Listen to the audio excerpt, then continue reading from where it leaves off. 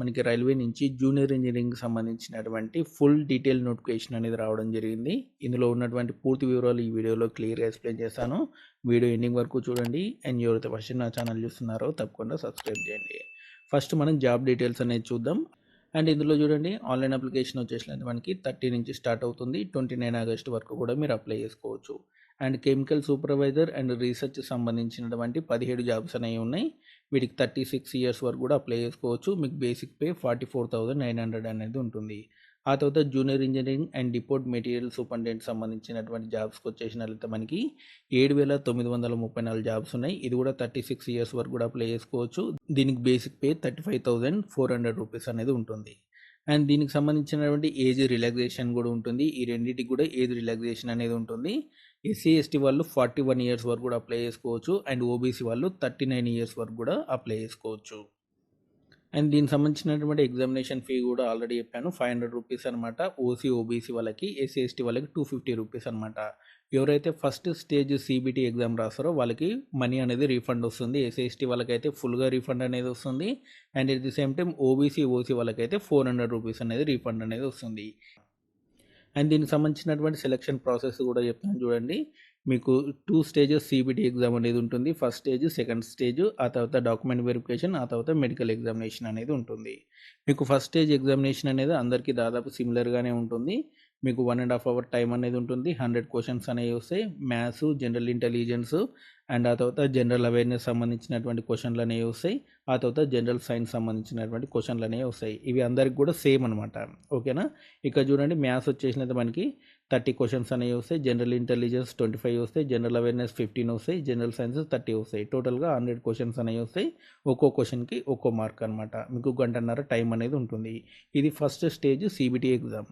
ఆ తర్వాత సెకండ్ స్టేజ్లో కూడా మీకు general awareness, physics and chemistry, ఆ తర్వాత బేసిక్ కంప్యూటర్ అప్లికేషన్స్, ఆ తర్వాత basic environment and pollution control, ఆ తర్వాత టెక్నికల్ ఎబిలిటీస్ అనమాట. అంటే ఏంటి అంటే మీరు ఏదైతే డిప్లొమా కానివ్వండి, డిగ్రీ కానీ చేశారు కదా బ్రాంచ్లో, ఆ బ్రాంచ్ నుంచి మీకు క్వశ్చన్స్ అనేవి వస్తాయి అనమాట. మీరు ఎలక్ట్రికల్, మెకానికల్, సివిల్ ఏదైతే మీరు అప్లై చేస్తారు కదా జాబ్కి, దానికి సంబంధించినటువంటి బ్రాంచ్ రిలేటెడ్ మీకు క్వశ్చన్స్ అనేవి వస్తాయి అనమాట.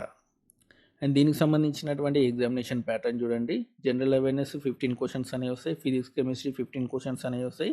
కంప్యూటర్ అప్లికేషన్ 10 క్వశ్చన్స్ అనేవి వస్తాయి. Environment and pollution control 10 questions అనేవి వస్తాయి. టెక్నికల్ ఎబిలిటీస్ అంటే మీరు ఏదైతే డిప్లొమా అండ్ డిగ్రీ చేశారో, ఏ బ్రాంచ్లో అంటే ఏ సబ్జెక్ట్లో చేశారో అందులో నుంచి మీకు 100 క్వశ్చన్స్ అనేవి వస్తాయి. ఓకేనా. ఇవన్నీ కలిపి 50 క్వశ్చన్స్ అనేవి వస్తాయి. మీ టెక్నికల్ నాలెడ్జ్ అంటే మీ డిగ్రీ, డిప్లొమా సంబంధించినటువంటి సబ్జెక్ట్ నుంచి 100 క్వశ్చన్స్ అనేవి వస్తాయి అనమాట. టోటల్గా 150 మార్క్స్ అండ్ 120 మినిట్స్ టైం అనేది ఉంటుంది. ఓకే, 2 అవర్స్ టైం అనేది ఇస్తారనమాట.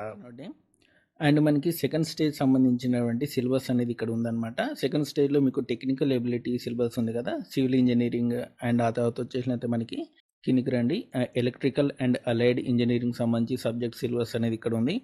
కిందకి వస్తే and electronics and allied engineering సంబంధించి అంటే సిఎస్సి, ఐటీ అండ్ ఈసీ కొన్ని గ్రూప్స్కి ఈ సిలబస్ అనేది ఉంటుందన్నమాట. ఇవి మీరు ప్రిపేర్ అవ్వాల్సి ఉంటుంది. టెక్నికల్ ఎబిలిటీస్ సంబంధించి 100 క్వశ్చన్లు వస్తాయి కదా సెకండ్ స్టేజ్లో, ఈ క్వశ్చన్లు ఇందులో నుంచే వస్తాయి అనమాట. అండ్ ఆ తర్వాత వచ్చేసిన మనకి ఇది మెకానికల్ సంబంధించినటువంటి సిలబస్ అనమాట. సో ప్రతి సిలబస్ కూడా మీకు నోటిఫికేషన్లో క్లియర్గా ఇచ్చారు, subject wise, branch wise. And ఆ తర్వాత మనకి ఎడ్యుకేషన్ క్వాలిఫికేషన్స్ అనేది చూద్దాం. కెమికల్ సూపర్వైజర్ సంబంధించి డిగ్రీ అండ్ ఈక్వలెంట్ సంబంధించినటువంటి కెమికల్ టెక్నాలజీ అనేది ఉండాలి.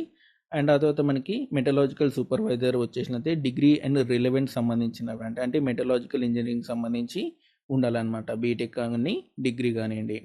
ఆ తర్వాత జూనియర్ ఇంజనీరింగ్ సంబంధించినటువంటి ఎలక్ట్రికల్ పోస్టులు అనేవి ఉన్నాయి కదా, వీటన్నిటికి కూడా మనకి ఏం క్వాలిఫికేషన్ ఉంది అంటే 3 years diploma in mechanical and electrical and electronics సంబంధించినటువంటి డిప్లొమా చేసిన వాళ్ళు అప్లై చేసుకోవచ్చు. ఈ ఎలక్ట్రికల్ సంబంధించిన అందరూ కూడా. ఆ తర్వాత ఇంజనీరింగ్ వచ్చేసినట్టు మనకి 3 ఇయర్స్ సివిల్ ఇంజనీరింగ్ వాళ్ళు అప్లై చేసుకోవచ్చు, లేదా బీఎస్సీ సివిల్ ఇంజనీరింగ్ చేసినా సరే మీరు అప్లై చేసుకోవచ్చు. అండ్ జూనియర్ ఇంజనీరింగ్ సివిల్ కానివ్వండి, సివిల్ డిజైన్ కానివ్వండి, వీళ్ళందరూ కూడా మనకి 3 years diploma in civil engineering అనేది అప్లై చేసుకోవచ్చు. అండ్ ఆ తర్వాత కిందికి రండి. అండ్ ఆ తర్వాత works, civil works, design, civil ఇవన్నీ కూడా ఉన్నాయి కదా, ఇవన్నీ కూడా 3 ఇయర్స్ సివిల్ ఇంజనీరింగ్ వాళ్ళు అప్లై చేసుకోవచ్చు.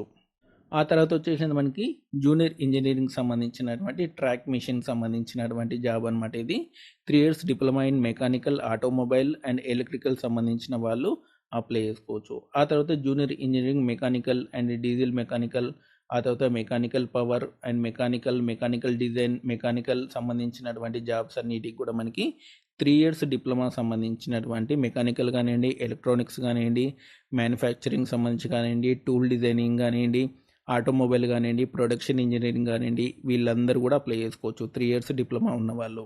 ఆ తర్వాత కెమికల్ అండ్ మెటలాజికల్ అసిస్టెంట్ సంబంధించినటువంటి జాబ్కి వచ్చేసినట్టు మనకి bachelor degree in physics chemistry చేసిన వాళ్ళు అప్లై చేసుకోవచ్చు. మీకు 45% స్కోర్ అనేది ఉండాలన్నమాట.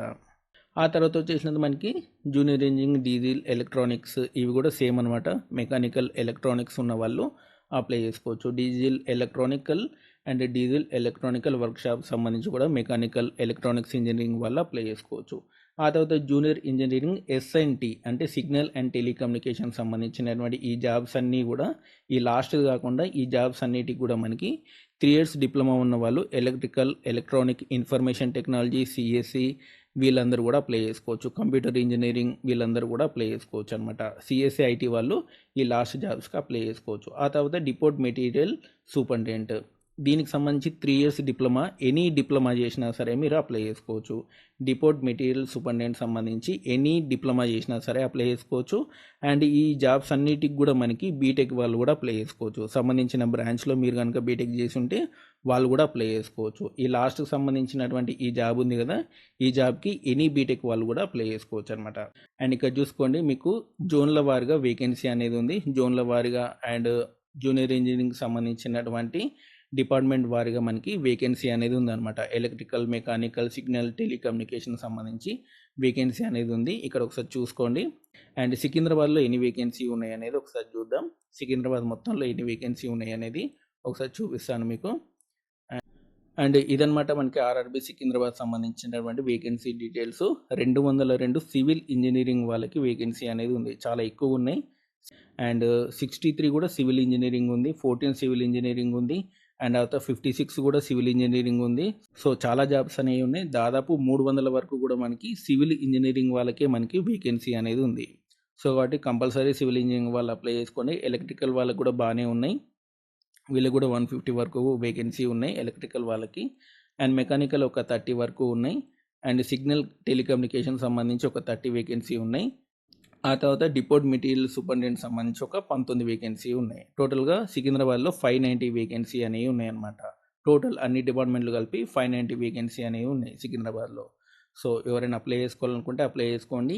అప్లికేషన్ ఓపెన్ అవ్వగానే దానికి సంబంధించినటువంటి అప్లికేషన్ వీడియో కూడా మీకు మన ఛానల్లో అప్లోడ్ అవుతుంది. దానికోసం తప్పకుండా మన ఛానల్ సబ్స్క్రైబ్ చేయండి, వీడియోని లైక్ చేయండి, షేర్ చేయండి. Thanks for watching.